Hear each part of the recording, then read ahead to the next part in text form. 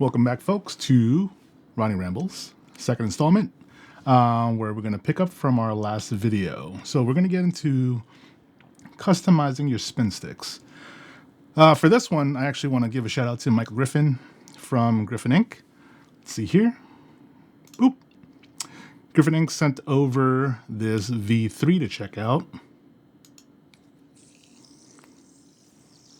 and encouraged me to do this video. So while we're going to be mainly focusing on the Griffin spools, you can apply this to pretty much any other spin stick that's out there.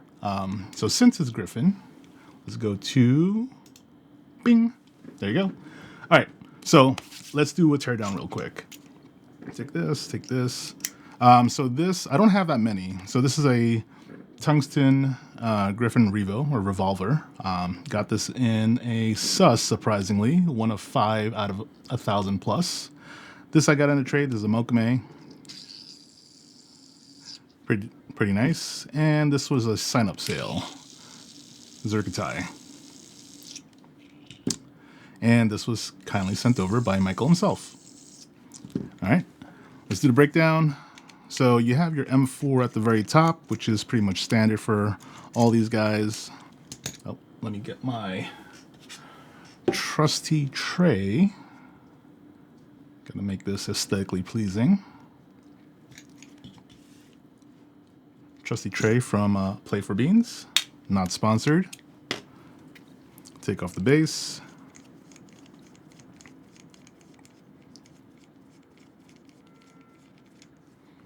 And we'll move these stacks away for a second.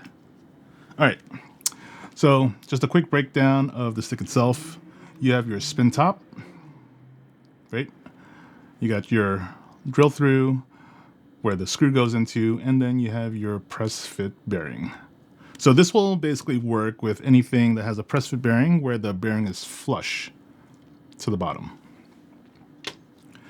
Breakdown of the stick itself. So you have your spin base, which is basically this step here that elevates the inner racer to leave the bearing separated from this collar.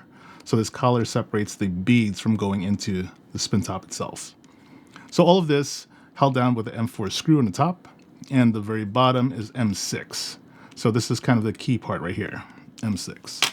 Let's take these two as well. So you can already figure all these parts are pretty much interchangeable. M4 screw, spin cap made of Mokame, flush bearing, and the M6 threaded bottom, right? So we'll just use these two for now. Boom. All right, so this is a titanium blackened, or blackened titanium rather. So say I wanted to put my tungsten spin head on the black shaft. This can go on, no issues. And the base, it's a lot harder with this dangling lanyard, but pretty much all of the Griffin spools are interchangeable. I got to keep everything inside the camera frame, right? So the part about the V3 that kind of sets it apart. So I went off on my last video about how I prefer everything modular. It would make life a lot easier, especially when you want to try to mix and match different makers, different heads, different bases, so on and so forth. So with this V3, you still have the exact same M6 threaded base here, right? And the top still uses M4, but here's where it differs.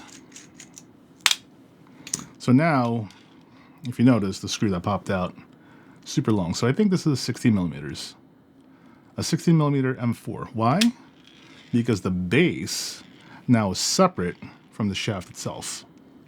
So the spin base and the spin head come off together, which is great because now if you wanted to change the size of this stick, you can keep the matching spin base with the spinning top together. Now granted, more times than not, the collar on these shafts don't match exotics because it'd be a complete waste of money starting milling out a complete exotic shaft, since you'll have to chip away the thickness of the rod itself down to 6 millimeters. Waste of money. But with Michael's new design, you can easily take the spin cap, and let's say I wanted to do a longer shaft. Oh, where is it? There you go.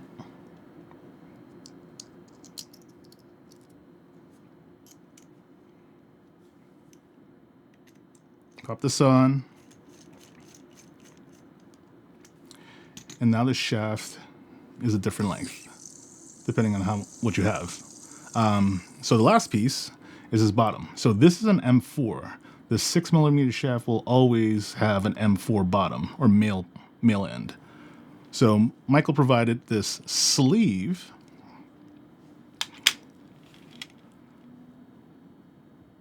that converts the M4 to an M6. And now you could use the M6 threaded bottom. Yeah. And this also works with anything else. Obviously, like we mentioned before, since you're already adapted to M6, you can now use my lovely tungsten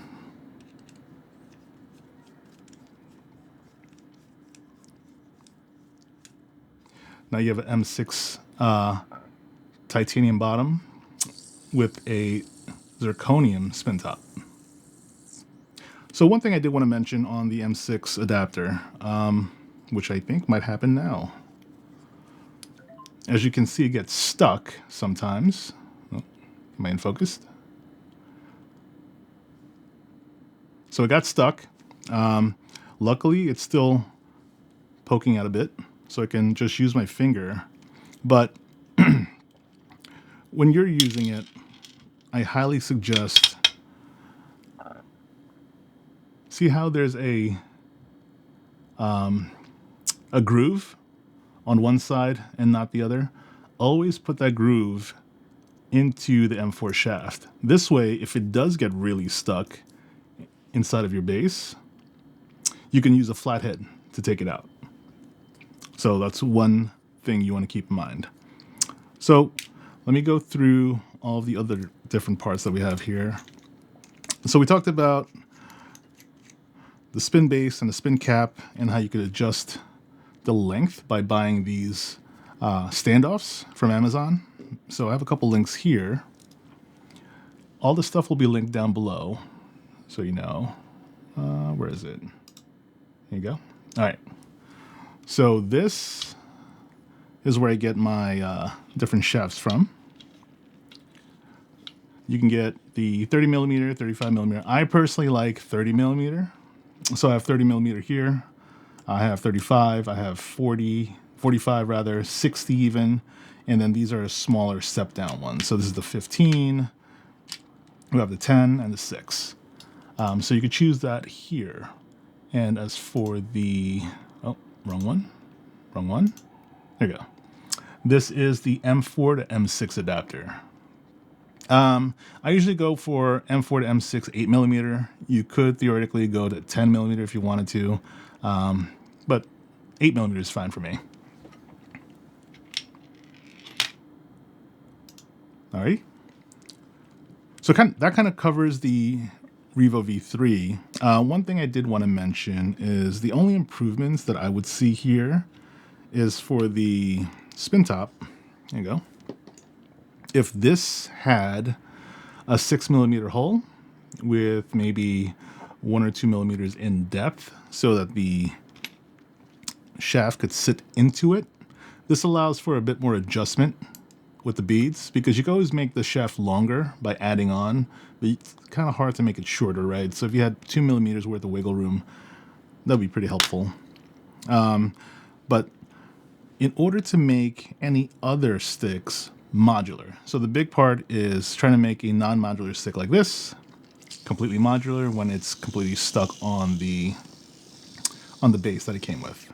So Michael also sent over these guys.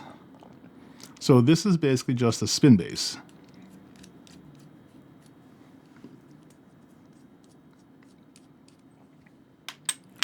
So there's a spin base with the included screw apparently. So the bit that differs on this one is the base itself is tapped. So there's threading that goes into the base itself, which is kind of helpful. So this will allow you to take any spin cap that has a flush bottom and convert it to a modular system, right? So now we could put it on here, pop the screw in. So this one, like I mentioned, is threaded. So you'll cinch this down, like so, and then you pop it on the base.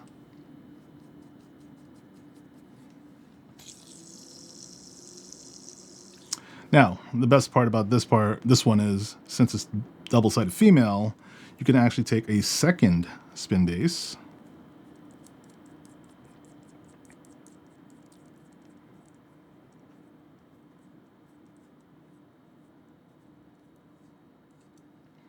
and we'll put on my tungsten cap. This one's a bit more matching, I think.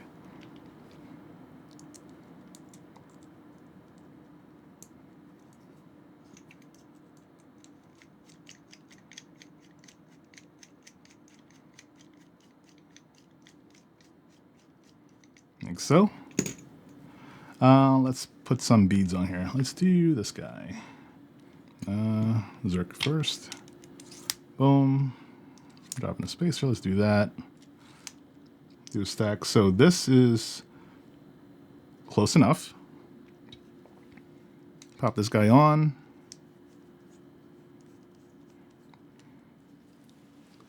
Now you have a double Revo. That tungsten sounds so good.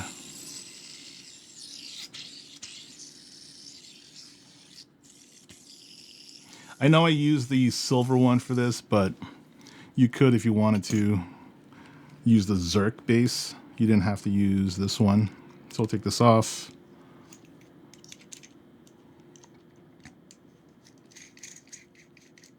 Pop this out.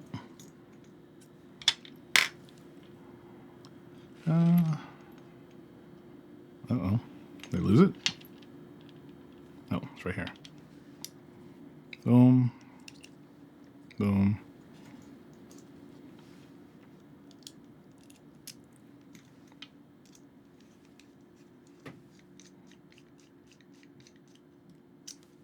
There you go. Back to a complete stack. It's a little bit loose. There you go. Cinch it up.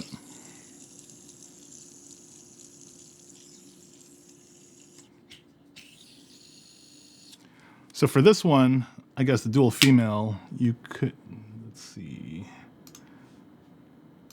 That was this piece here. So I would go with 40 millimeter. This one in my hand is 60. Pretty long, but still works. But another bit, I have a bunch of 10 millimeter ones. The reason why I have this is for bases that have a M5 thread. You need a female M4 and use a female M4 to M5 screw. So that's why I have the shorter ones. Alrighty. I guess we could also go ahead and do removing the bearing. Let's see. What's this sound like? So this is my, with the golden eagles that I usually have in there. This is the stock bearing. I don't think I've ever done this. I usually have a full base, but let's see. Take these off.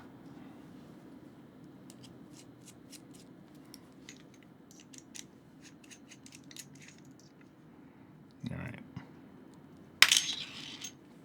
So for bearing changes, let's reach over here.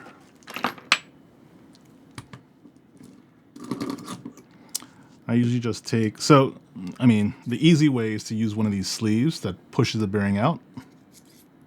But if you don't have that, I usually just take the bearing cup from my bearing replacement tool. Let's use one of the threaded ones. So we'll take this, put the cup on here. I'm not sure if this is going to work, but we'll try.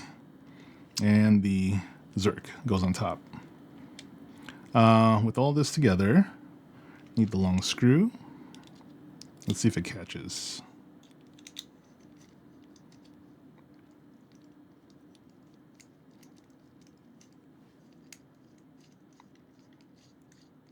All right, it catches. So basically put the cup in between the spin head and the base itself, and you crank down on the shaft. You crank down on the screw rather. And now I need some torque. Usually I use some rubber bands. Hold this down.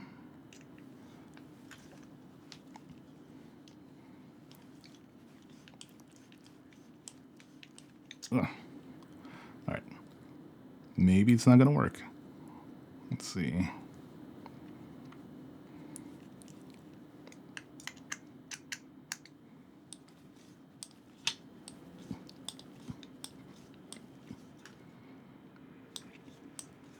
Oh, there it goes. Popped it out. There you go. A bit more effort than I'm used to. But the bearing came out. And now, let's see. I know Michael sent me this, I assume for bearing replacement. But I got to go to the Golden Eagles.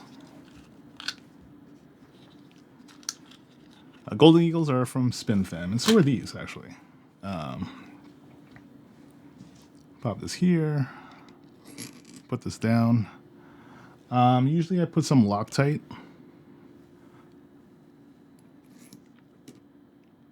Yeah, definitely needs Loctite. Press fit isn't so press. Let's do Loctite.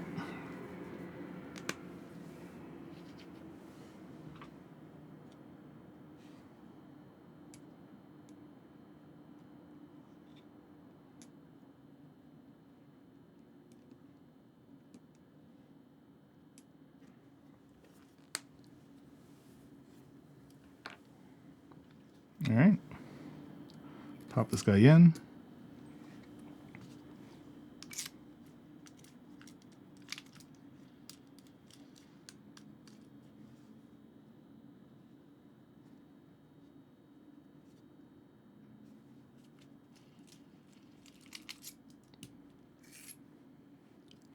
One thing I forgot, I usually put a shim down here to protect the spin head itself. There you go, bearing replaced. So now, take this, remove this guy.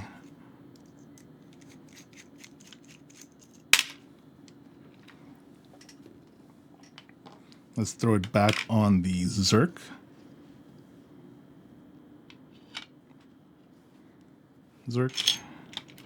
Got the shorty shaft.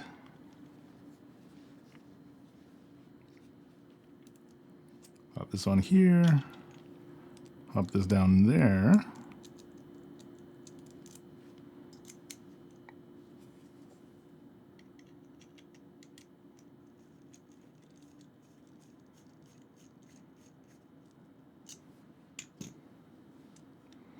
And then, where is it? Yeah. Remember, the notches go into the M4. Cinch it down. It's my little Zerk bead. Pop this in here. And then the Zerk base.